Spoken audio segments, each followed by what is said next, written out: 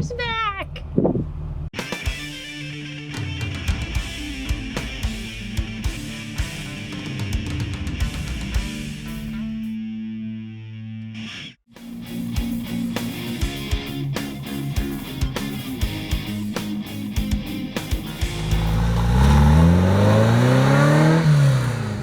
Welcome back to the Wizard Shop, and that's right, Mrs. Wizard's Ferrari 308 GTB is back all the way from Georgia, north of Atlanta. It's kind of where Jared from the Questionable Garage, you guys have checked out his channel probably already, but he has gone through and installed a Holley EFI system on this, and it runs so good. Thanks again to Holley for supplying the EFI setup. There's a link in the description to go check out Holley products. Let's take a look around this thing, and then we'll jump into the engine bay and see some of the big differences from the last time it was here in this shop compared to now, and see what Jared has done. And then we'll go for a cruise. There is the beautiful front end of this 308 with the crack that's been there all along, and it is very dirty. It's been traveling to and fro. It's got dust and handprints and things all over it. It just arrived, and we're very happy to have it back. As we go down this side, you can see it is in pretty good condition. The interior is a huge improvement from what it was when we first got the car, and the engine is running perfectly. We do have the rear hatch off still. There's a few small adjustments and things we need to do before we finalize everything. I told Jared we would take care of those items, but it is looking nice and running nice. Let's go ahead and take a quick tour of the interior, and then we'll jump into the engine bay. Wow, ladies and gents, it feels like absolutely forever since I've done an interior review on this car. But if you look there, it does have 21,555 miles, which probably is maybe 5 or 10 miles more than we actually have put on it since we got it like 2 years ago. Whew. But as we move up, the dash is in really good shape. It has been redone, re-leather wrapped, and it looks like there's some creases in there and some bumps, but it's not. It's just some shadowing going on from the windshield wipers that are up there. It is nice, smooth, black leather. As we come up here, you can see this is a manual opening. So if I want to adjust my vents, I can. I just have to open them myself. As we move down, no hidey holes over here, no glove box. This is 1978. Behind that GTB section there, that is where those glass pack fuses were. And now we have the Birdman fuse package in there, which is so much better, so much more reliable. We have a few more wires to get tucked in and put away, but doesn't that look better than all the exposed of what it used to look like? Have not had a chance to get the radio done. It is I don't know what you would call that, a stubby version. He's not very deep. He's only about 2 inches deep from back to front because there was not much space allowing in the dash with the new setup. We move down. We've got some carpeting to still put in, but it's still in good shape. This is original carpeting. The camel is the original of what it was, and it is actually wrapping around to the door card as well. The black leather on that armrest, that is new, and the seats have been redone as well. They are quite supple, and they are definitely a narrow seat. So the Wizard is going to be complaining about this in just a few moments. I prepare you for that now. It does have a beautiful gated shifter, which is quite easy to throw this car into all those gears. Nice little controls down there, little slider gears, which we have put in that were original with the car when we had it.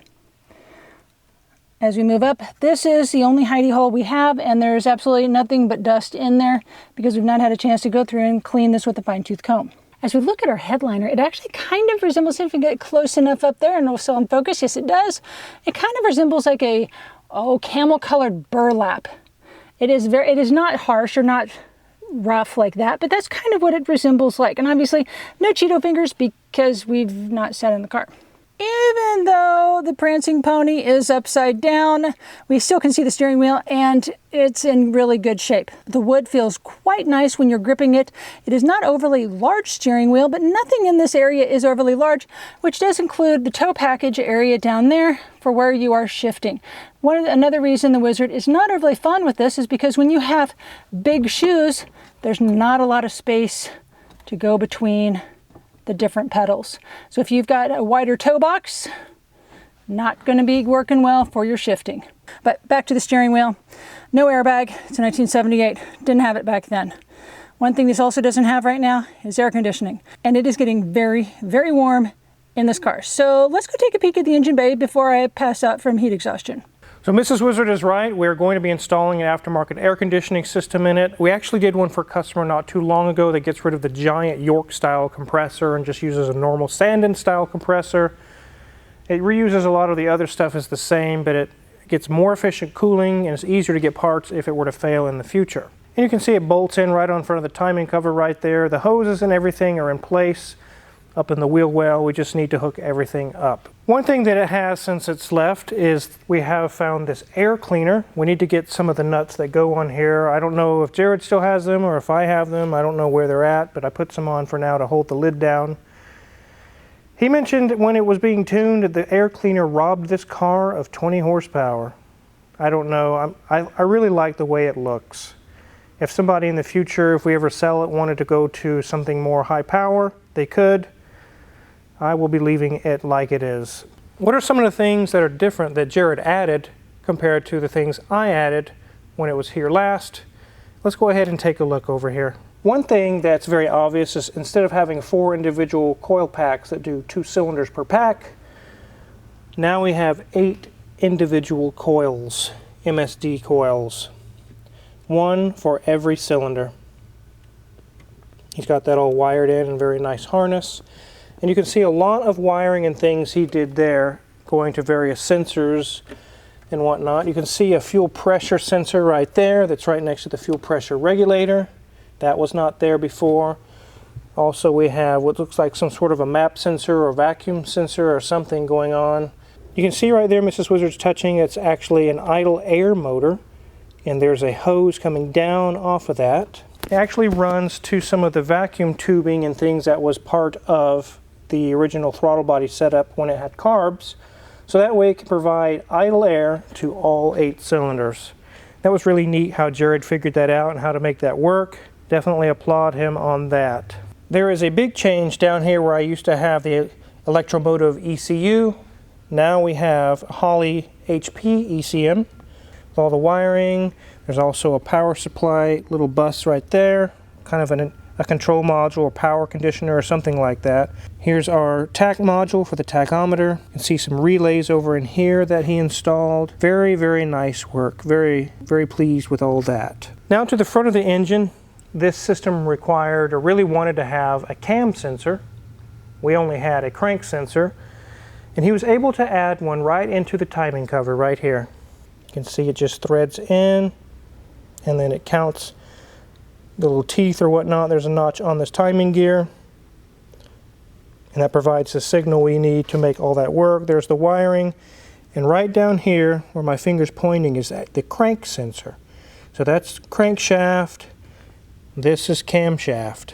Adding that adds better control of fuel and timing and all those things. The computer has more data to work with. It makes the resolution a lot better, a lot more power delivery, smoother delivery. It makes it just run so much better. You guys remember that I actually changed over to basically a Chevrolet alternator. Let's take a look down there. You can see that alternator down there. It is not the one that came on a Ferrari. That's off of a Chevy truck. I was looking at getting the alternator replaced because the one I had didn't work and they were talking $1,200 and then I started talking, no, I'm not spending $1,200 on an alternator. I got that one for $50 from O'Reilly's and wired it up. Me and Danielson worked together to figure out a way to adapt it to fit, and it was very small modifications. There wasn't much at all. We took the pulley off of the Ferrari alternator and it matched up perfectly to this one.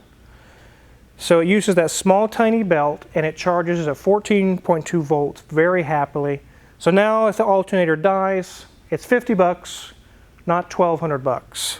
So that's enough talk about gizmos and gadgets and wires and all that. Let's actually go for a cruise and let Mrs. Wizard take us on a little ride and see what the engine sounds like.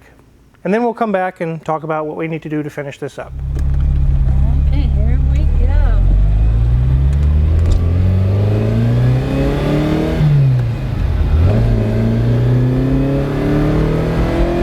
Yes, that sounds wonderful. Sounds like a Ferrari, Mrs. Wizard. It certainly does. It sounds like a great Ferrari.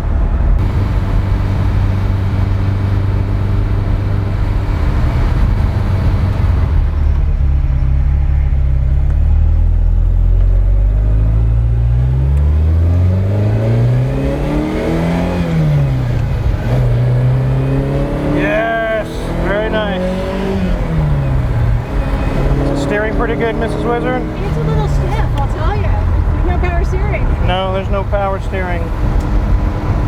It's okay. It rides good though. I'm getting a workout. Yeah? Seems to ride pretty good. It does. Nice and smooth. Seat fits perfectly. Very cool. Definitely not as fast as the Viper though. Maybe not.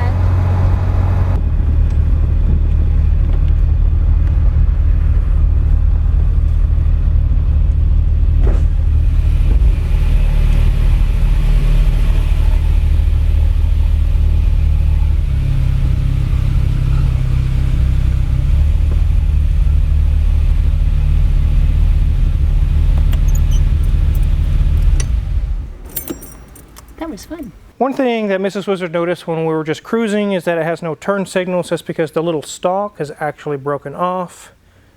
It goes right here. In this little piece. And that little piece that holds the stalk is broken, unfortunately. The seat needs to be tightened down. There's a few bolts that were loose. I think Jared had it out so he could drive it or whatever. It's just kind of floppy in there, but that's a really easy fix. The carpets need to go back in. Some wiring needs to be tucked back in. It was being worked on while it was at Jared's place. That's all stuff that we're going to do. We're going to install the AC. We don't need to do suspension work really. We might do some rear brake work, some pads and things of that nature. But luckily we don't have any major work we need to do to this. It's all little stuff. And then in the back we need to reassemble the trunk area. Put the back hatch on, or the back hood, whatever you want to call it. And really, it's getting really close. The Holley system that was used on this is running so well. It's run so good. I almost think it probably runs better than it was when it was brand new. I don't know, I wasn't there, but it's smooth, it idles perfect, it's got good power. It's almost like driving a modern car, like a newer fuel-injected car. It's so predictable. It's really nice. So Mrs. Wizard is very excited. Her car is back and it is running fantastic. Thanks to Jared from the Questionable Garage for all the work that he did. Excellent work. He knocked it out of the park. And also thanks again to Holley for everything they supplied to make this dream a reality. And because of what they've supplied, their system works flawlessly. It works so good. It was really kind of a question mark. Can this be done to a Ferrari? We've never really got into that territory. And through the parts they supplied and the work that Jared did, it's been proven, yes, it can be done, and it works very, very well. Go to Questionable Garage. There's a link below that shows all the details, where it was tuned. It was dyno tuned. Everything was set up that way. If you want more details of how this all went, it's all there on his channel. So the question is, where's the 308? Well, now you know where it's been all this time, and now it's back. We're going to do some more videos here soon showing finishing up and getting this thing fully road ready so we can fully enjoy it. And it is so cool. Before you guys go, make sure to click the link in the description that goes to Mrs. Wizard's new YouTube channel called Mrs. Wizard's Ways. All kinds of really cool information on there. How do we film Car Wizard videos? There's also tips for photo editing and also taking photos. All kinds of really cool information, and there's more videos being added each week. One video a week. So don't miss out on that. Click on the link and go check that out. Again, check the Questionable Garage down below. See what Jared's got going on. Thanks again to Jared. There's also a link in the description to Holley. So if you're curious what kind of things you want to do to your hot rod or whatever, there's definitely all kinds of options there. And if you're curious what kind of tools we use in this shop, a lot of them are listed for sale on our Amazon affiliates link in the description below. We get a small cut and we really appreciate it. And make sure to hit the subscribe button because there's many cool videos to come, and there might be this weekend a purchase made. Thanks for watching.